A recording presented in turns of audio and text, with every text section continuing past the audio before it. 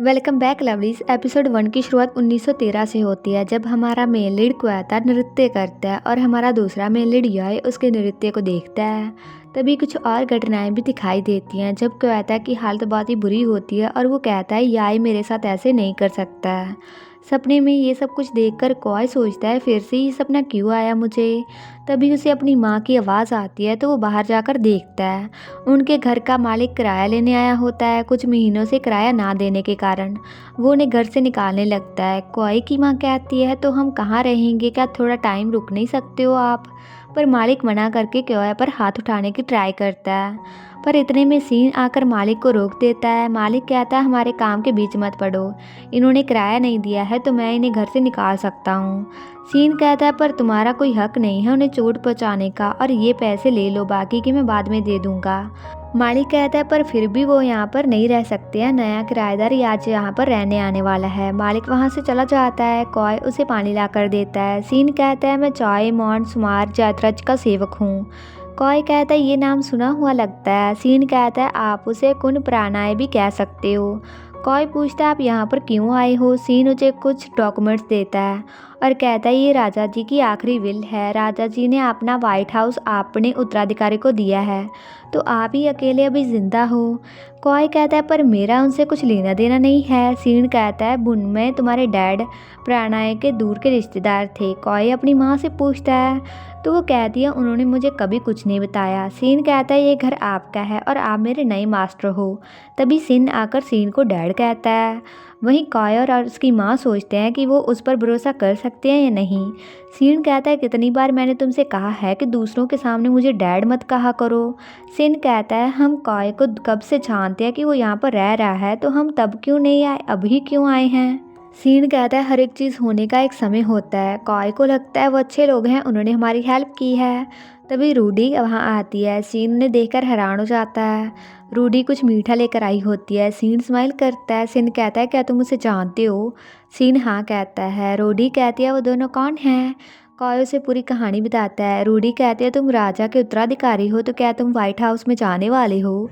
उसके बाद कॉय अपनी माँ के साथ उस व्हाइट हाउस में जाता है। यह कॉय की और प्यार से देखकर कहता है तुम मेरे पास वापस आ ही गए मेरे प्यारे क्वेता। कॉय को कुछ फील होता है पर वो याय को नहीं देख पाता। वो घर के अंदर जाते हैं। कॉय कहता है ये घर बिल्कुल वैसा है जो मुझे सपनों में दिखता था।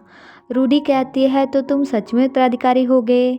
सीन कहता है ये खून प्राणाय का घर है जो चॉय प्राया के गोद लिए हुए बेटे थे। सीन कहता है उन्होंने ये घर अपने लवर के साथ रहने के लिए बनवाया था, पर जब वो यहाँ पर रहने आए थे ये घर वीरान हो गया।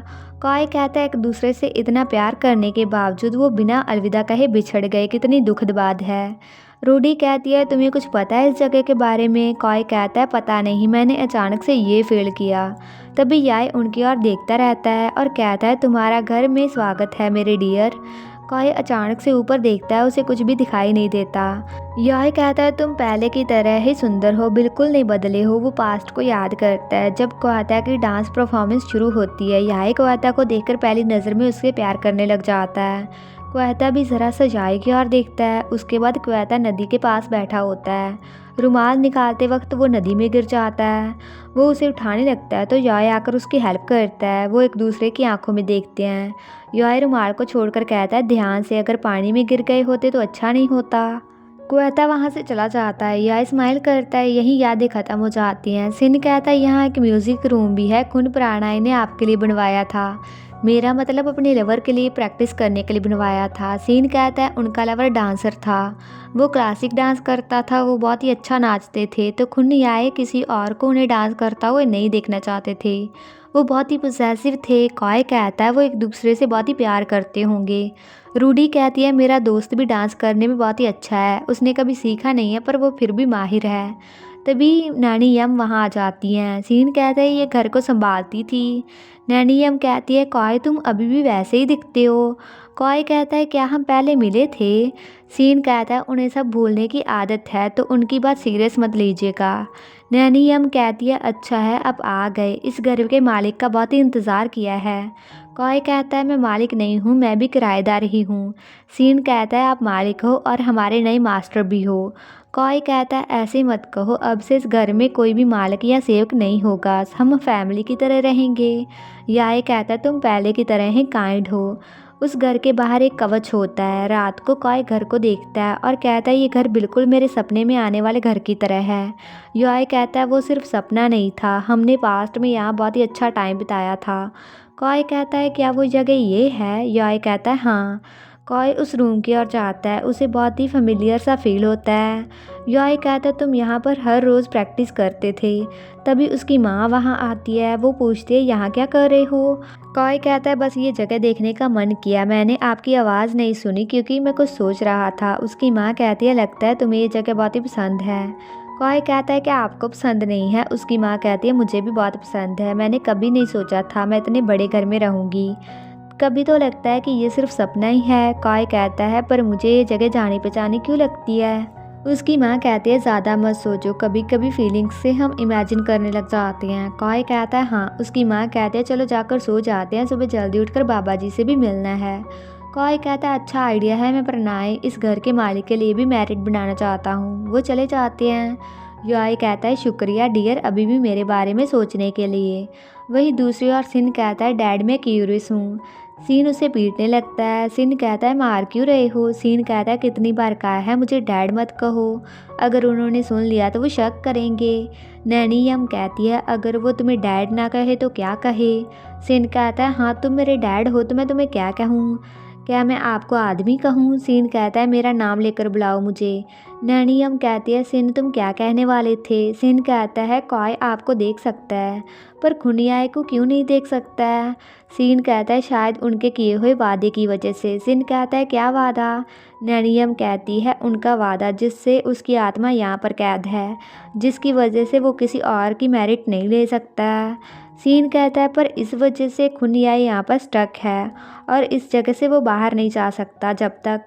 सिन कहता है जब तक क्या? रात को सोते हुए कॉय को म्यूज़िक की आवाज़ आती है तो कॉय उठकर देखने जाता है कौन म्यूज़िक बजा रहा है। खुनियाई म्यूज़िक बजा रहा होता है। वो कहता है ये तुम्हारा फेवरेट सॉन्ग है, क्या तुम्हें याद नहीं है? कॉय कहता है तुम्हें कैसे पता मुझे ये सॉन्ग पसंद है, तुम कौन हो? पर याय कुछ कहीं ही वहाँ से चला जाता है। कॉय उसके पीछे जाता है। तभी वो नींद से जाग जाता है और ये सब कुछ वो सपने में देख रहा था। अगली सुबह बाबा जी एक बच्चे के साथ वहाँ पर जाते हैं। वो बच्चा भूतों से डरता है क्योंकि सभी लोग कहते हैं इस घर में भूत रहता है। बाबा जी कहते हैं भूत कभी भी अच्छे लोगों को नहीं डराते हैं, मैंने कभी पहले उन्हें नहीं देखा है, तुम तो अच्छे लड़के हो ना? वो लड़का कहता है हाँ। बाबा जी कहते हैं तो डरो मत। सिन उन्हें बुलाता है। कॉय और उसकी माँ बाबा जी को दक्षिणा देते हैं। याय दूर से उनकी ओर देखता है। बाबा जी कहते हैं उस इंसान के बारे में सोचो जिनके नाम के मेरिट देने हैं।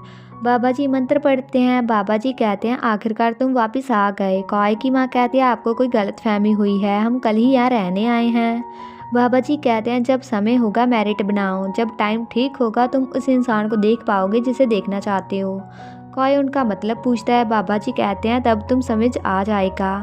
वो आशीर्वाद देकर चले जाते हैं। उसके बाद कॉय ड्राइंग बनाता है। याय उसे देखता रहता है। कॉय कहता है तुम कौन हो?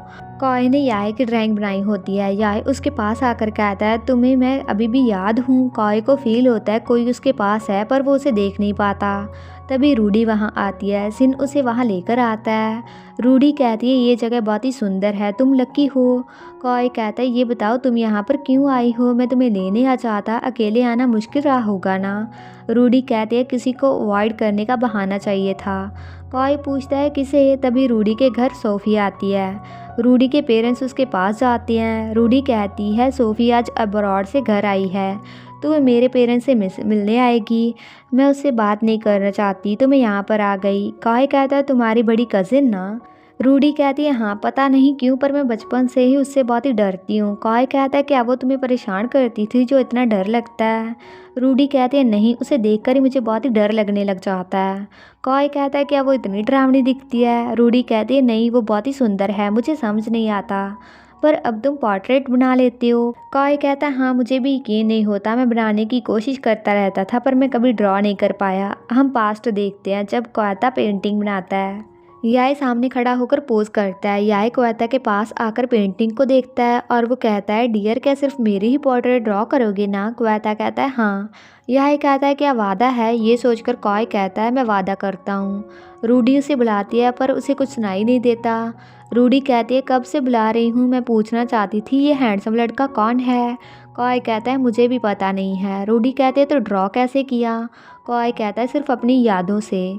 रूडी कहती है अब ये सबमिट कर सकते हो। वहीं सोफ़ी चाय पीती है। रूडी के पेरेंट्स याद करते हैं जब 1912 में डिड आकर कहती है आप बहुत ही सुंदर हो। रूडी की माँ कहते हैं तुम बिल्कुल उसके जैसी ही दिखती हो। सोफ़ी कहती है क्या बात है? आंटी कहती है कुछ नहीं, बस तुम्हें देखकर मुझे अपनी कज़न की याद आ रही है। उसका नाम भी सोफ़ी था। सोफ़ी कहती है मेरी माँ ने उनके बारे में बताया था। आंटी कहती है तुम्हारी माँ उसे बहुत ही प्यार करती थी, इसके लिए तुम्हारा नाम भी सोफ़ी रखा था। तभी रूडी घर आती है ये सोचकर कि सोफ़ी चली गई होगी। रूडी आकर उसे हेलो कहती है। सोफ़ी कहती है तुम कहाँ पर गई थी? रूडी कहती है कॉय के घर। उसकी माँ कहती है इसका दोस्त क्वेता है, ये उसके घर गई होगी। ये नाम सुनकर सोफ़ी के हाथ से कप गिरकर टूट जाता है और उसे उठाते हुए सोफ़ी के हाथ पर चोट भी लग जाती है। वहीं कॉय याय के लिए प्रार्थना करता है जिसका उस पर असर हो जाता है और कॉय को वो दिखाई देने लग जाता है। उससे बात करने के लिए कॉय याय के पीछे जाकर उसे बुलाता है। वो एक दूसरे की ओर देखते हैं। याय स्माइल करता है। इसी के साथ ही एपिसोड ख़त्म हो जाता है। तो अगर आपको ये वीडियो अच्छा लगा like comment share and also subscribe to my channel. तो मिलते हैं नेक्स्ट वीडियो में।